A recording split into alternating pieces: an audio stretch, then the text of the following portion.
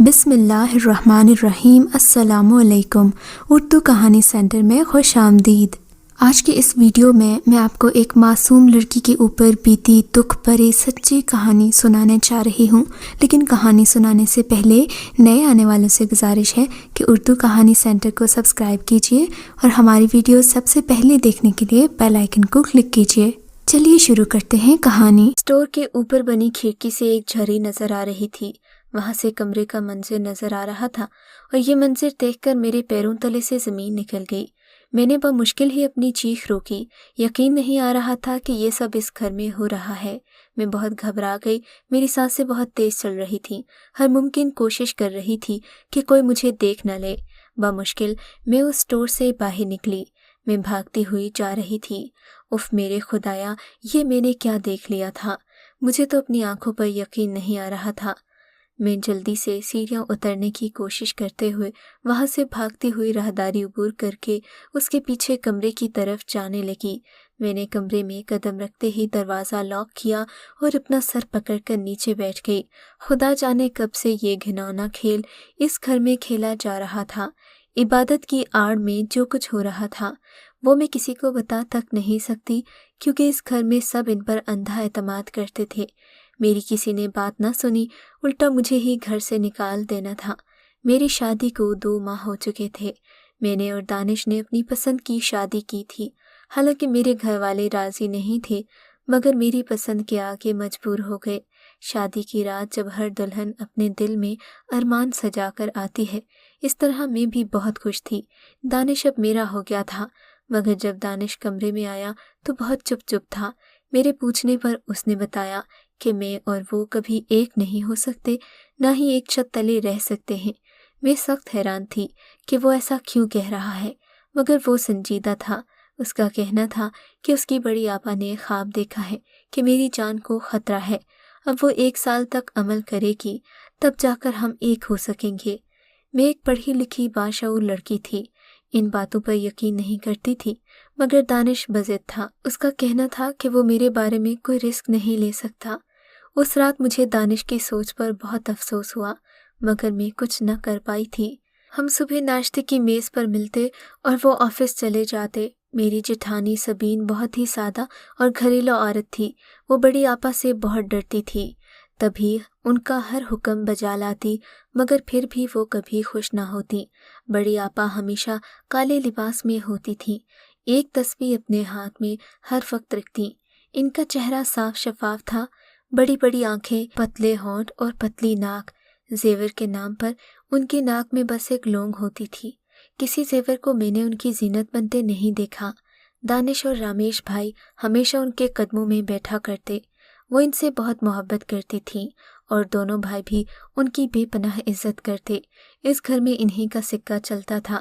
پہلے ہفتے مجھے اندازہ ہو گیا کہ میری اور سبین کی اس گھر میں کوئی حیثیت نہیں، ہم سے زیادہ تو اس گھر کی نوکرانی پروین کا حکم چلتا تھا۔ وہ ہمیں ایسے آنکھیں دکھا کر بات کرتی کہ مجھے لگتا ہم اس گھر کی نوکرانیاں ہیں اور وہ مالکن۔ بڑی ابا کے پاس عورتیں روز دعا کروانے آتی تھیں، روز گھر میں دوپہر تک محفل لگی رہتی۔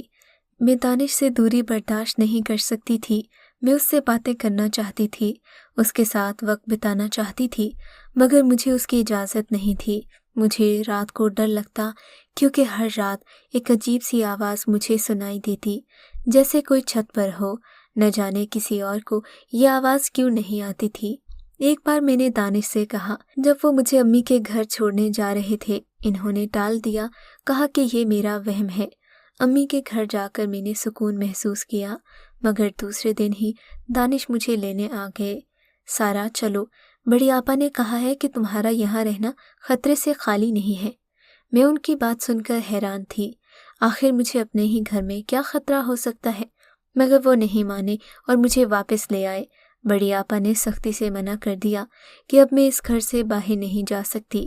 اس دن مجھے ان سے سخت نفرت محسوس ہوئی۔ میرے شوہر کو مجھ سے دور کر دیا، اب مجھے اپنے ماں باپ سے ملنے سے بھی روکا جا رہا تھا۔ آخر یہ گھر تھا یا قید خانہ؟ بڑی آپا رات کو دم کیا ہوا دودھ سب کو پلاتی تھی۔ ان کا کہنا تھا اس گھر پر کوئی خطرناک سایہ منڈلا رہا تھا۔ और इस घर के अफराद को रात 12 बजे के बाद घर से निकलना सख्ती से मना कर रखा था। बड़ी आपा को एक बात मालूम नहीं थी कि मुझे दूध से एलर्जी थी। मैं जब भी दूध पीती फौरन उल्टी कर देती। ये बात मैंने यहाँ किसी को नहीं बताई। मेरी एलर्जी के बारे में अम्मी ने किसी को बताने से मना किया था, सो मजबूरन मैं सबके सामने तो पी लेती, मगर 5 मिनट के अंदर दूध उल्टी करके निकाल देती। मैं इसकी मेडिसिन भी लेती थी, मगर फिर भी असर नहीं होता था। अगर मैं मेडिसिन ना लूं तो दूध पीते ही मेरे जिस्म पर लाल धब्बे पड़ने लगते। शायद यही वजह थी कि वो आवाज़ें मुझे ही सुनाई देती थी, क्योंकि मैं दूध पीते ही उल्टी कर देती और बाकी लोग उसे पीकर सो जाते। यानी इस दूध में ज़रूर कुछ मिला हुआ होता था। अब मुझे तजस्सुस होने लगा। मैं रात को कमरे से बाहर झांकती। मुझे परवीन गेट से बाहर जाती दिखाई दी। वो रोज़ रात के 1 बजे कहीं जाती थी। मुझे तो अब और भी खौफ आने लगा। एक रात मेरी खिड़की पर एक साया लहराया। मैं बहुत घबरा गई। काफ़ी देर तक देखती रही। कोई मेरी खिड़की के पास खड़ा रहा। जैसे ही वो साया वहाँ से हटा, मैं डरते डरते अपने बिस्तर से उठी और बाहर निकली। लॉन्ज में खामोशी थी। मैं दानिश के कमरे में गई और दरवाजे को लॉक कर दिया। वो अपने बिस्तर पर बेखबर सो रहा था। मैंने उसे हल्के से छुआ और उसे उठाया। वो मुझे अपने पास देखकर हैरान हो गया। सारा, तुम यहाँ क्या कर रही हो? मैंने उसे रोते हुए बताया कि मुझे अपने कमरे में बहुत डर लग रहा है। आज रात मुझे यहीं रहने दो। वो परेशान हो गया, मुझे चुप करवाने लगा। फजर के वक्त बड़ी आपा के चिल्लाने की आवाज़ आई तो दानिश हड़बड़ाकर उठ बैठा और बाहर भागा। मैं भी डरते हुए उठी और दरवाजे के पास सुनने लगी कि क्या बात है। वो दानिश पर चिल्ला रही थी कि सारा अपने कमरे में नहीं है। ये सुनते ही मैं कमरे से बाहर निकल आई और दानिश के पास खड़ी हो गई। दानिश ने बमुश्किल बताया कि मैं रात को उसके कमरे में थी। ये सुनना था कि आपा के चेहरे का रंग बदलने लगा। मैंने उस दिन उनकी आंखों में एक अजीब सी चीज़ देखी जो मैं समझ नहीं पा रही थी। मुझे देखते ही वो वहाँ से पलटी और अपने कमरे में चली गई। दानिश ने मुझे कहा कि मैं अपने कमरे में चली जाऊं। खुद बड़ी आपा के कमरे में चला गया। बड़ी आपा ने बहुत शोर डाला हुआ था। इनके रोने और चिल्लाने की आवाज़ें आ रही थी। काफ़ी बहस के बाद जब दानिश के रोने की आवाज़ आई तो मैं और घबरा गई कि अब क्या होने वाला है। उस रात दानिश ने मुझे कमरे में आकर दूध का गिलास दिया कि इसे पी लो, तुम्हारी जान को खतरा है। बड़ी आपा ने ख़ास अमल किया है। उस रात मैंने मजबूरन दानिश को बताया कि मुझे दूध से एलर्जी है। बड़ी आपा से कह दो मुझे पानी पर दम कर दें। मुझे भी खौफ आने लगा कि कहीं वाकई कोई ख़तरा तो नहीं, क्योंकि मैं इतनी जल्दी मरना नहीं चाहती थी। कुछ देर बाद दानिश शरबत का गिलास लाया और कहा, इसे पी लो। मैंने बमुश्किल पिया क्योंकि इसका जायका अजीब सा था। दानिश चला गया। मैंने बचा हुआ शरबत जल्दी से खाली बोतल में डाला और छुपा दिया। दूसरे दिन मैंने अपनी दोस्त रीना को मैसेज किया वो आज मुझसे मिलने आ जाए। वो उसी दिन आ गई। मैंने उसे कमरे में ले जाकर वो बोतल दी और कहा, इसका लेबॉर्ट्री टेस्ट करा दो। ये बात किसी को मालूम ना हो। मैंने उसे बोतल बैग में छुपाने का कहा। वो कुछ देर में चली गई। कुछ दिन से मैं परवीन पर नज़र रखे हुए थी। एक दिन बड़ी आपा कमरे में नहीं थी। मैं परवीन के कमरे में जाने लगी। वो किसी से फ़ोन पर बातें कर रही थी। किसी लड़के से बात कर रही थी। उसे अपनी मोहब्बत का यकीन दिला रही थी। परवीन अभी 25 साल की थी और वो छोटी सी थी जब आपा ने उसे इस घर में रखा था और उसे माँ बनकर पाला था। वही उनकी राजदार थी। बड़ी आपा की कोई बात उससे छुपी हुई नहीं थी। वो हर वक्त उनके कमरे में होती। उसका एक ख़ास काम हम पर नज़र रखना था। मगर जैसे ही बड़ी आपा कहीं बाहर जाती वो आज़ाद हो जाती। फिर वो हमसे गाफिल होकर अपने छोटे से कमरे में कैद हो जाती। शायद उसका किसी लड़के से चक्कर चल रहा था जिससे वो आज भी बातें कर रही थी। मैं उसके कमरे में गई तो उसके चेहरे पर हवाइयाँ उड़ने लगीं। उसने अपना फ़ोन अपने हाथों के पीछे छुपा लिया। मैंने उसे आंखें दिखाई और कहा, तुम यहाँ क्या कर रही थी? वो पहले तो घबराई, फिर दीदा दलेरी से वहाँ से निकल गई। मैंने सोच लिया कि मुझे परवीन का पत्ता अब काटना है। फिर एक दिन वो एक लड़के से गली में बातें कर रही थी कि मैंने जल्दी से उसकी वीडियो बना दी। वो लड़का उसके हाथ थामे उसे कुछ कह रहा था और वो शर्मा रही थी। बड़ी आपा किसी मिलाद में गई हुई थी और परवीन को हमारी निगरानी के लिए छोड़ गई थी। मैंने उसे वीडियो दिखाई तो वो रोने लगी और मेरे पैर पड़ गई। भाभी, अल्लाह के वास्ते बड़ी आपा को मत बताना, वरना वो मुझे घर से निकाल देंगी। मैंने उससे कहा, मैं कुछ नहीं बताऊंगी, मगर बदले में तुम्हें मुझे सब कुछ बताना पड़ेगा। पहले तो वो नखरे करने लगी, मगर फिर डर के मारे उसने मुझे इतना बताया कि रात को 3 बजे छत पर जो कमरा बना हुआ है वहाँ पर सब कुछ खुद देख लेना। उसने मुझे बताया कि कमरे के साथ जो स्टोर है उसके अंदर से एक खिड़की है, वहाँ से देखना। मैंने इरादा कर लिया। बड़ी आपा के वापस आने से पहले मैंने स्टोर का दरवाज़ा खोला और खिड़की चेक कर ली। मैं नीचे आई, मेरा फ़ोन बज रहा था। रीना की कॉल थी। उसने मुझे बताया मैंने जो सैंपल दिया था उसकी रिपोर्ट आ गई है। उसने बताया कि इस शरबत में बर्थ कंट्रोल पिल्स डाली गई थी। उफ खुदाया, मैंने सर पकड़ लिया। यकीन नहीं आ रहा था कि बड़ी आपा ऐसा भी कर सकती हैं। तभी आज तक सबीन की गोद सोनी थी, क्योंकि उसे खास दम किया गया था। दूध रोज परवीन अपनी निगरानी में उसे पिलाती। उस दिन जब बड़ी आपा ने मुझे दानिश के कमरे से निकलते देखा तो उसने मुझे भी वही दवा डाल कर दी कि कहीं मैं उम्मीद से ना हो जाऊं। अब तो मुझे इस घर से खौफ आने लगा था। कोई बहन भला क्यों नहीं चाहेगी कि उसके भाइयों की औलाद हो।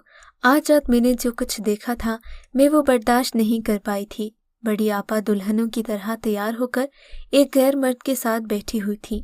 अगर उनके भाई देख लेते तो यकीनन शर्म से मर जाते। उफ खुदाया, ये थी बड़ी आपा की असलियत।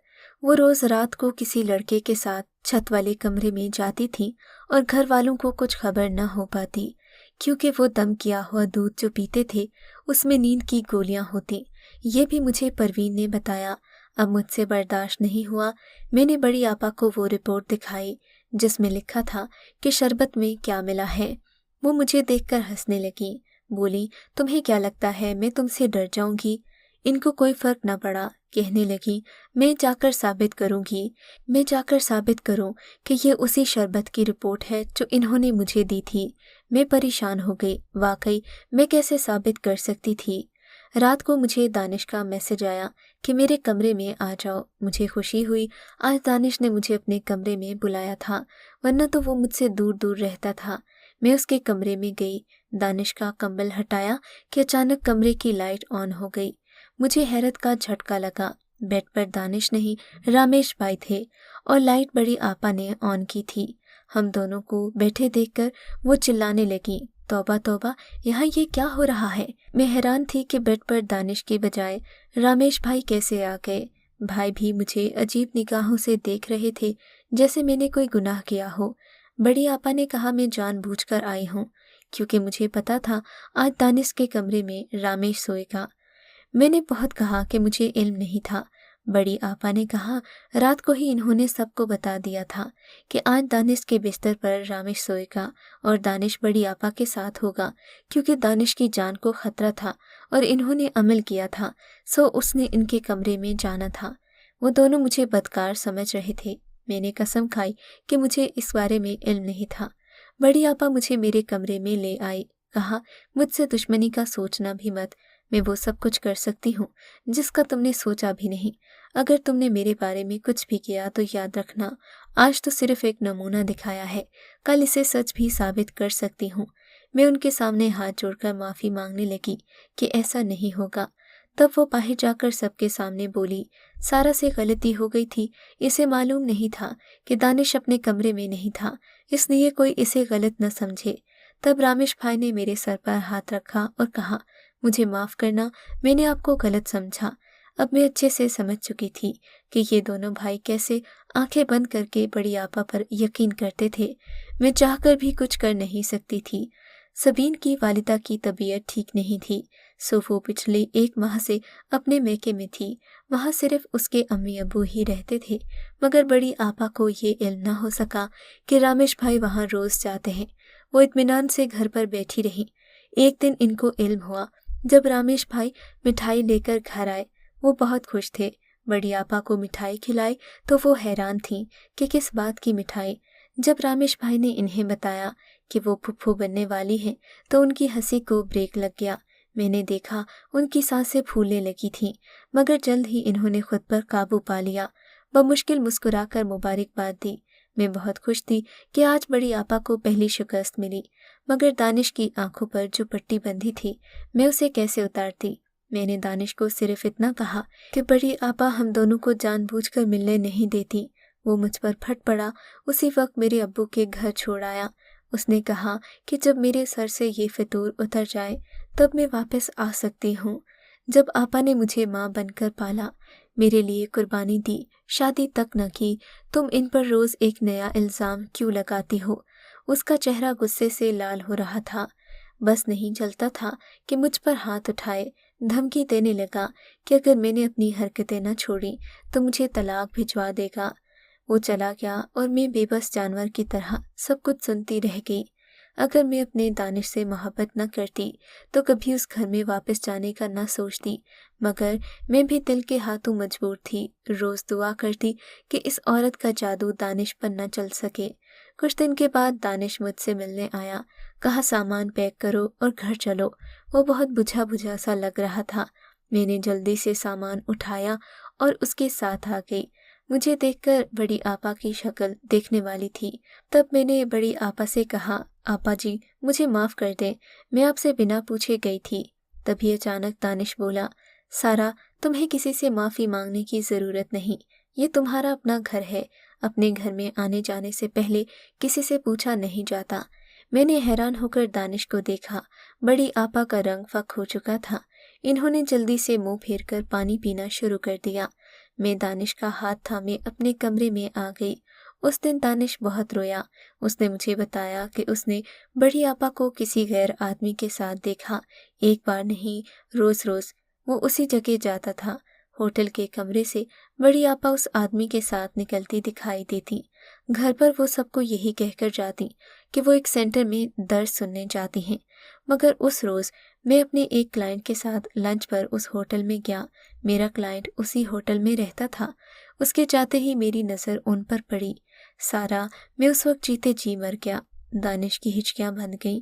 मैंने न जाने उसे कैसे संभाला। दानिश ने अपनी माँ को नहीं देखा था। आपा ही उसकी माँ और बाप थी। अब वो ये सब बर्दाश्त नहीं कर पा रहा था। वो तो कुछ कह भी नहीं पा रहा था। आज बड़ी आपा भाइयों के सामने अदालत में बैठी थी, मगर वो मुजरिम बने खड़ी थी। दानिश और रामेश के साथ वो आदमी भी उनके साथ था जिससे वो रोज़ मिलती थी और उसे अपने घर भी बुलाती थी। ये वही इंसान था जिससे बड़ी आपा उस वक्त से मोहब्बत करती थी जब वो 18 साल की थी। ये उनका पड़ोसी शाहिद था जो इनसे मोहब्बत के दावे करने के बाद इन उस वक्त बाहर चला गया जब आपा को इसकी ज़रूरत थी। माँ बाप का इंतकाल हो गया और भाई छोटे थे, वो अकेली पड़ गई। इन्होंने इनकी शादी का न सोचा, तभी भाइयों की परवरिश की, इन्हें इस काबिल बनाया कि वो अपने पैरों पर खड़े हो सकें। मगर उनसे बर्दाश्त नहीं होता था कि भाई और भाभी उनके सामने प्यार और मोहब्बत से रहें या उनकी औलाद हो। इनको अपनी भाभियों से बहुत जलन होती जब वो उन्हें सजते संवरते देखती, और फिर वो रोज़ कोई न कोई बहाना करके इन्हें अलग कर देती। इसी से इन्हें सुकून मिलता। इन्होंने काला लिबास पहन तो लिया था, मगर इनका दिल रंगों के लिए मचलता था। इसलिए वो रात के वक्त अपने इस ढोंग को ख़त्म करके रंगीन लिबास में बन सवर कर अपने दिल को तसल्ली देती। शाहिद ने मुड़कर पीछे न देखा था, लेकिन 1 साल पहले वो वापस आ गया। उसने शादी भी कर ली थी, मगर उसकी औलाद नहीं थी। वो फिर से रुखसाना आपा का तलबगार था। आपा ने उसे अपना बना लिया, मगर वो ये बात किसी को बताना नहीं चाहती थी, क्योंकि वो अपना नेकबीनी का तासुर मिटाना नहीं चाहती थी। इन्होंने निकाह कर लिया था। वो अपने शौहर के साथ होती थी, किसी गैर मर्द के साथ नहीं। उस रात भी मैंने जिस आदमी के साथ उन्हें देखा था वो उनका शौहर था।